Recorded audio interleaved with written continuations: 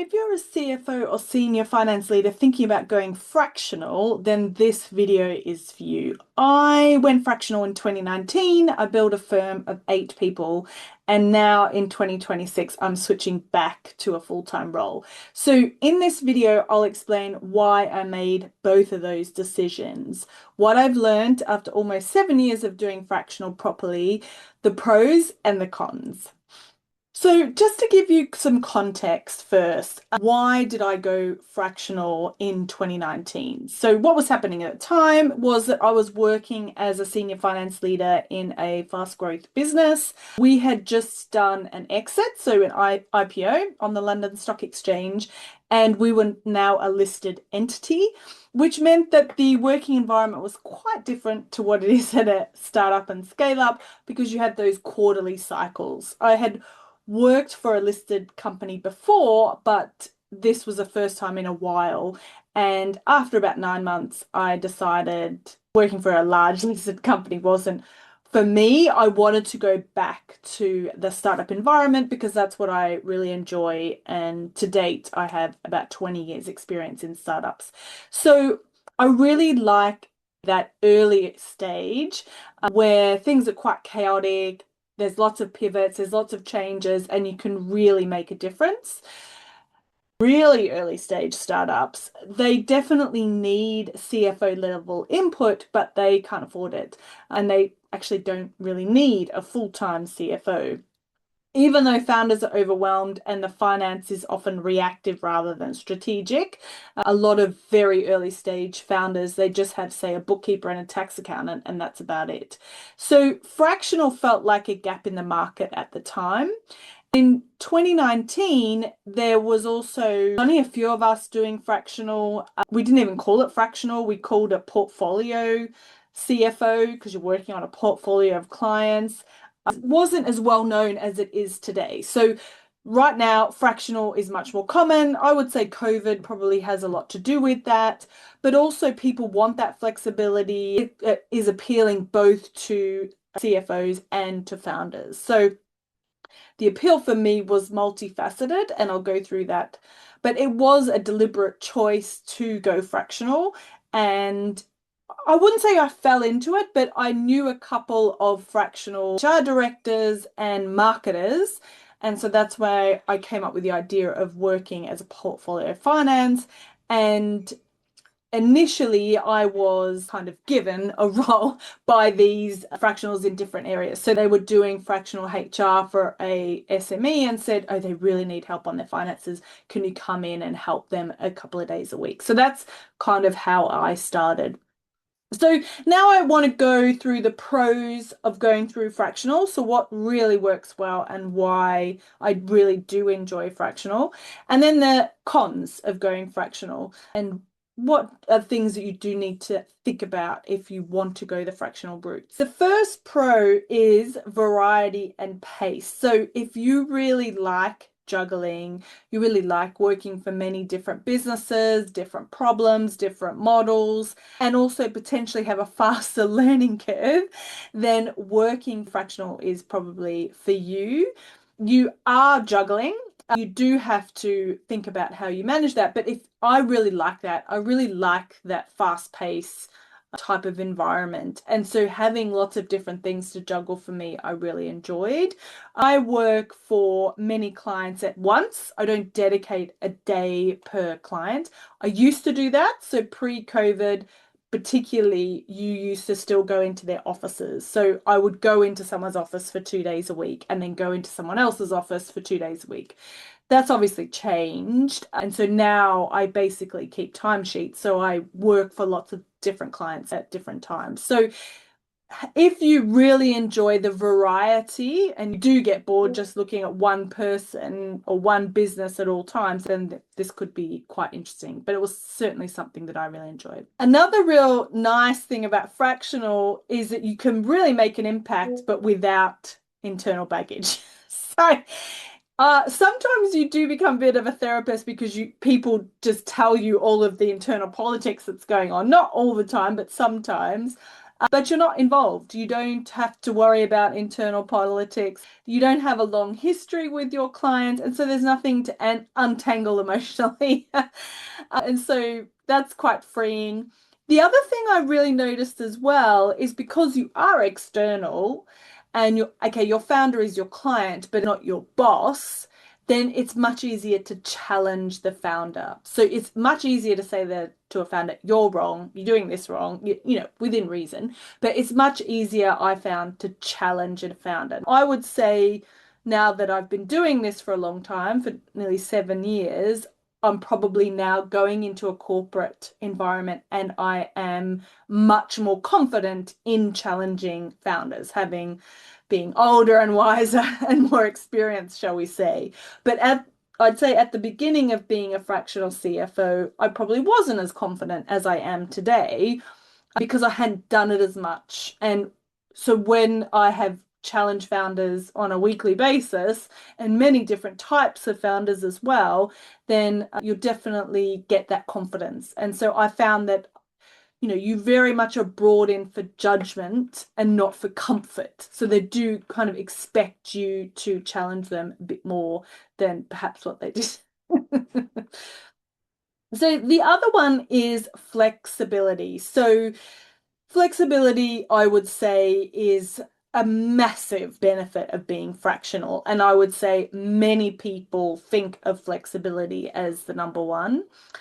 I will say that is definitely true for me. Now, you don't necessarily have to be a parent for this to work for you, but for me, it was that the stage that I was at with my parenting. So when I started fractional, I had one child in year one and one child about to start reception or about to go into year two. So I had young primary school kids.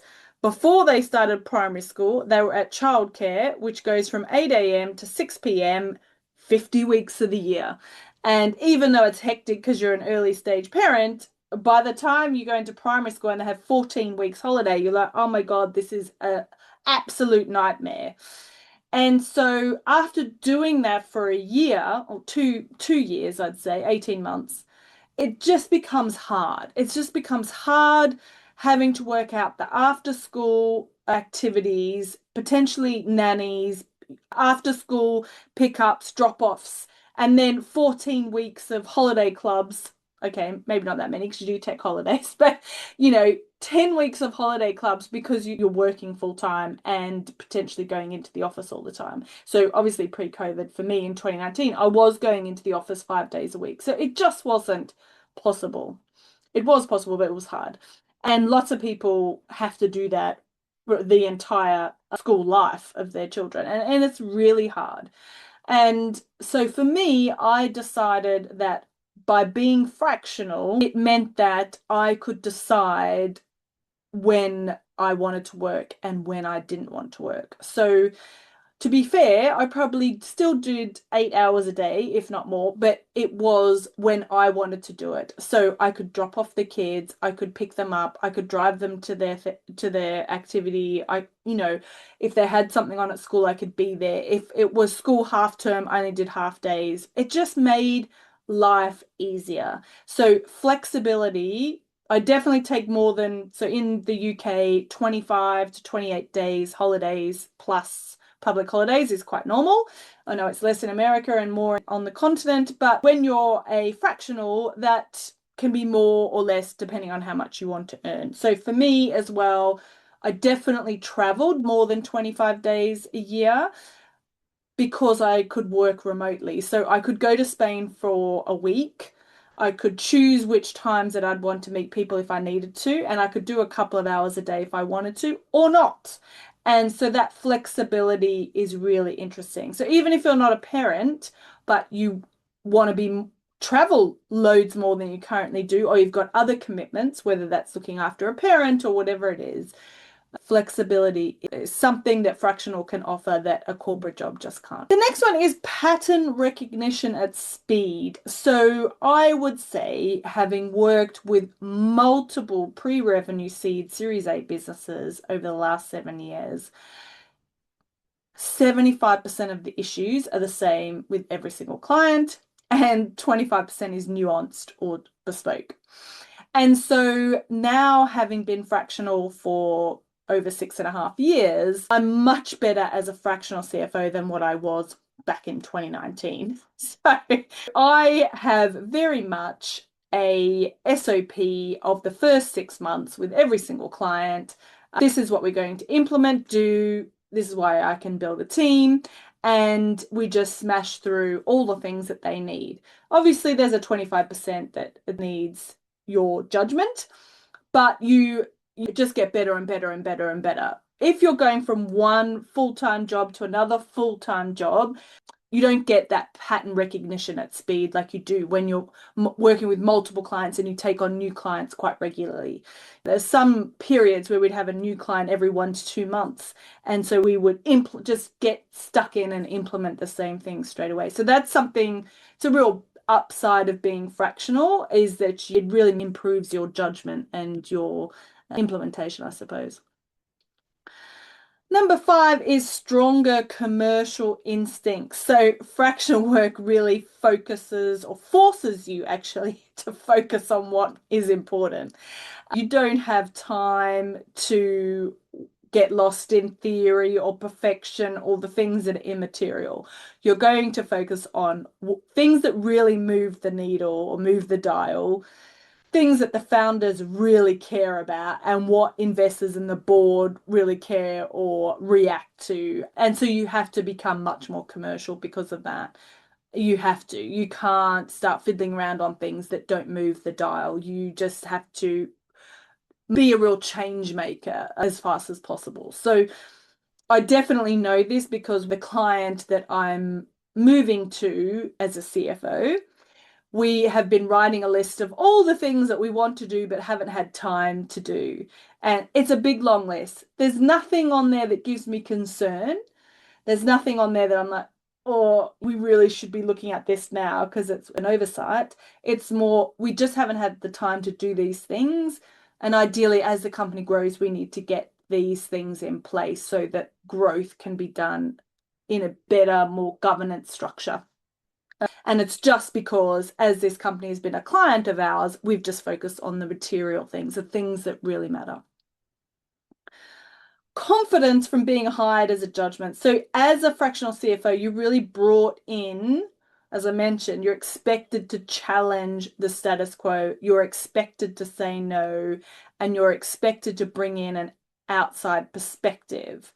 And that really builds a different kind of confidence than being promoted internally. So you're not proving yourself over time, you're trusted from day one. Now, within reason. That doesn't always happen with all founders. Like absolutely not. Some founders you have to earn the trust quite quickly. But ideally you do have quite a bit of experience before you move to fractional. That is one of my tips. You don't want to have not much experience and wanting to learn as a fractional. Of course you learn as a fractional, but ideally you come with skills that a founder wants. And so that's quite a different way of gaining confidence, and it's a different way of being treated as well. And so you do find as it happens more, your confidence builds and you'll come in as an advisor, essentially, as a trusted and knowledgeable advisor. And so by being treated like that, most of the time, not always, but most of the time, you do build confidence from that, I would say. The other one is faster leadership development. So because you do things so many times, you get good at it. So if you're working for a company, you may just go to one board meeting every month or quarter, one fundraise a year maximum, difficult conversations with the founders once every 3 months. But when you're fractional, I have weeks where I'm attending 3 board meetings. I've always got at least one fundraise happening at any one time, which may sound exhausting, but I do have a team of 8. And difficult conversations with founders I have to do on a weekly basis. So when you have that kind of exposure, you get really good at it and you get to practice it. That whole 10,000 hours is so true with fractional work. It really accelerates your leadership skills quickly. And maybe I thought I was good at fundraising on board meetings in 2019, but when I look back, I know I'm much better now. The next one is business building experience. And this is something I never thought of. And actually, it makes me a better CFO. And that is that once you move beyond just solo fractional work, so instead of just being consulting, contracting yourself out and actually building a team like I did, you're no longer just a fractional CFO, you're actually a business owner, you're a CEO. And so you have to learn about pricing, about hiring, about delegation, about quality control, client selection, sales and marketing. There are so many things that you have to learn and experience as a founder. And actually, I would say the last 2 years, as I've developed my team, that has been the biggest growth piece for me. Even though being a fractional CFO over the first probably 4 years was a big part, I'd say the last 2 years has been more of a business owner learning rather than fractional CFO learning. And because of that, I think I'm better at supporting a founder because I am a founder. So I understand what they are worried about because I'm worried about the same thing. I understand their challenges because I potentially have the same challenges. And so therefore, you're not just a fractional CFO, you really are a business owner and you're better at your job. And so that's been a surprising learning actually. And then finally is optionality. So there is different ways of being a fractional CFO. You can just decide that you just want to work 3 days a week and just find a couple of clients and then job done. Or you can do what I do and start building a firm and have many people working for you and keep growing that way, or somewhere in the middle. So that you don't have to be a fractional CFO one way. There's many different ways. And because you are working for yourself and you decide how you want to work, then you can choose how you want to do that. And so giving yourself those options is really interesting. And then aside from you choosing how you want to work and having those options, the other option is, particularly if you like that early stage and startups are more a risky environment, then if one of your startups starts going a bit bad and they're having to let you go, it isn't as detrimental as what it is if you're working for someone and you have to deal with a redundancy, particularly if you've got things like a mortgage or high costs and not enough savings or whatever your financial situation is. If you have multiple people paying you, then you're covering yourself off somewhat from that perspective.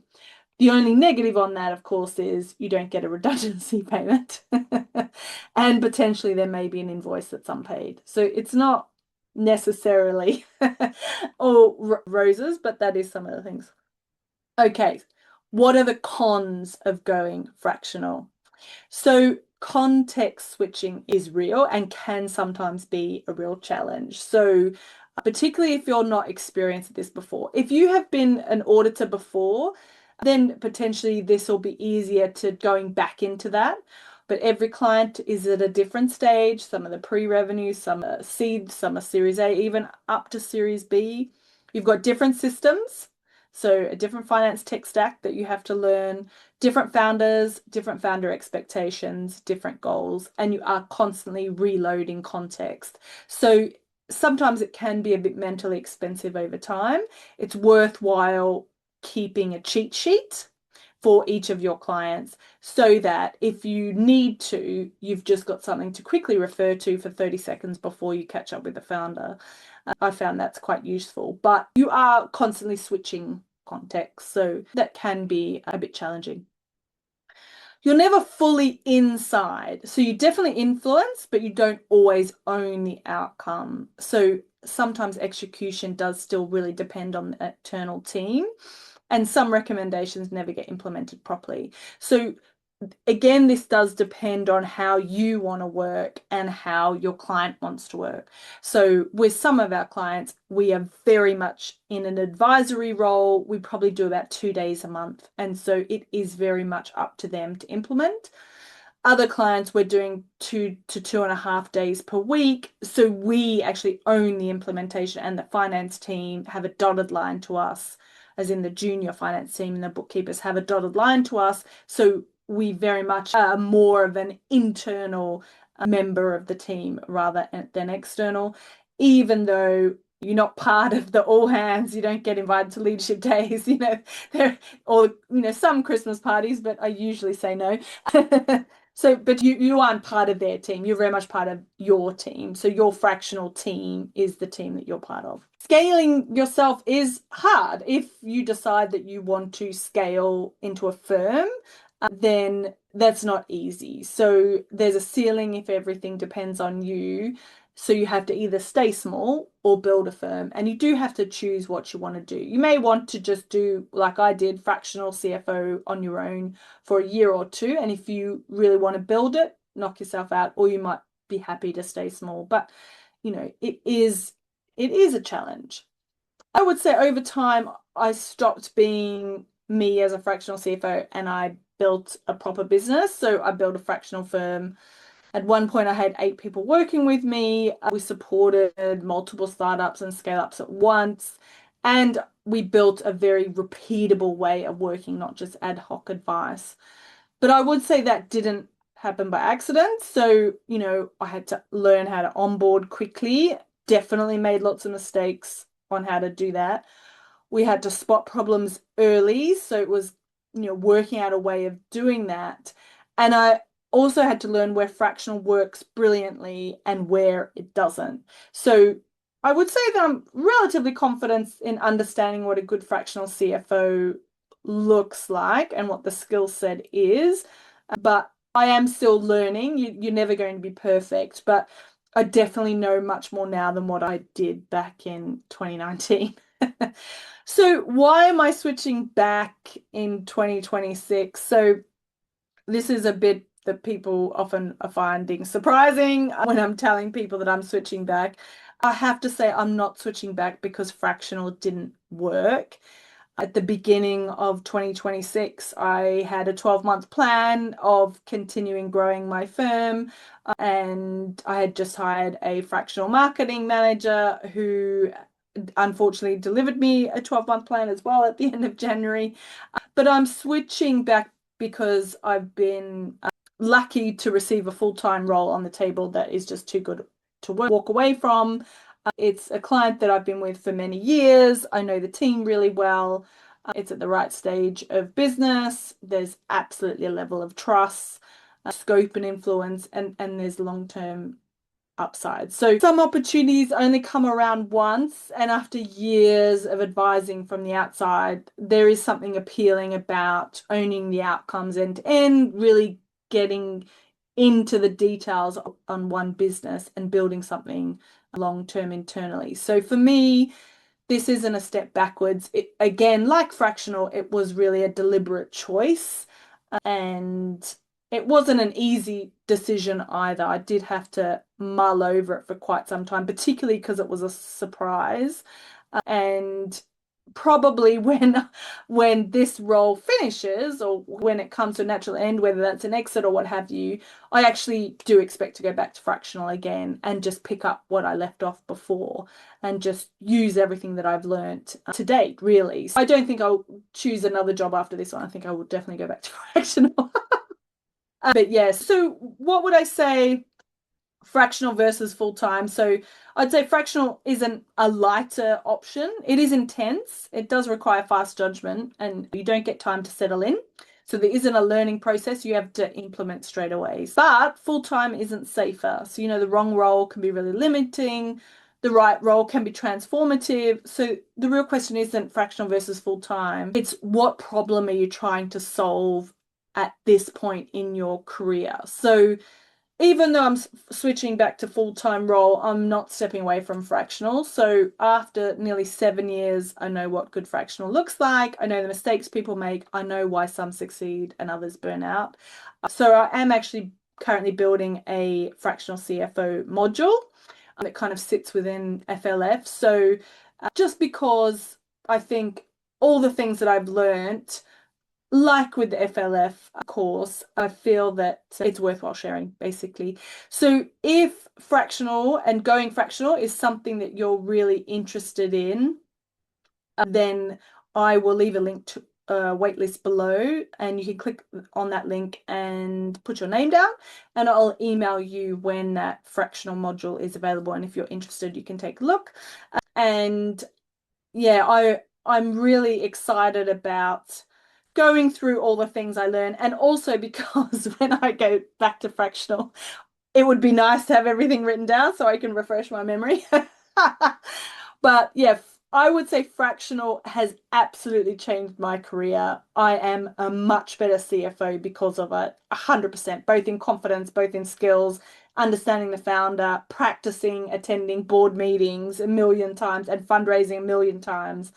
I'm quite proud of the firm that I built and the team that I've been working with. I've been able to improve their skills and work with them and mentor them, which has been quite fun. A couple of the people that are working with me are coming with me to this new company. I've learned an insane amount. I would probably say I've actually not probably, definitely learned more in the last 7 years than I have in my entire career. And now I'm taking that experience into a full-time role. So it makes sense for me for this next chapter. So as I said, if you're considering fractional work or already doing it and want to do it properly, then I've opened a waitlist for this fractional CFO module. And this course exists because I spent 7 years learning it the hard way. Anyway, so the link's below. Take a look at that, and I'll look forward to seeing you in the next week's video. Cheers.